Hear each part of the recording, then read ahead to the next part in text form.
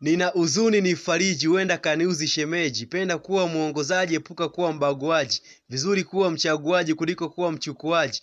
Kuishi na watu wa jiji, uaminifu ndo mtaji.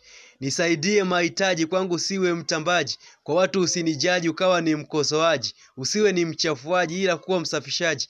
Nguo uwe mvaaji, chunga kuwa mkatikaji. Jina la Bwana tulitaji, ila ndiye mponyaji.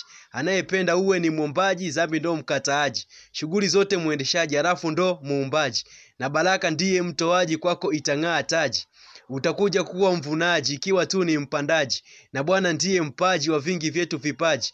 Usikalie kuwa ni mraji, tunza hera ya mtaji. Kama bahati kwako haiji, vumilia na usifoji. Kupata utamu wa Big G hadi uwe ni mtafunaji. Laya pipi kwa mlaji, basi uwe ni mnyonyaji. Ukiwa kwenye utumiaji usitake hata kudoji. Utakuwa umenifariji, hapo akili utaichaji.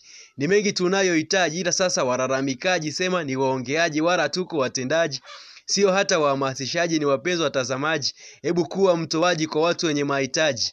Muda mwingine uzururaji unakupa ufundishaji. Kikubwa ni upambanaji, usifurahie ukaaji. Plani za utafutaji, na wewe ndo mpangaji. Usiendekeze uraraji, ni heri uwe muandaaji.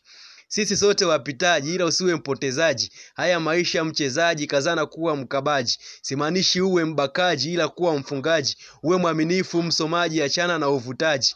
Usijione sana mkosaji, epuka kuwa mjuaji. Kwa wengine washikaji, usiwe ni mzinguaji.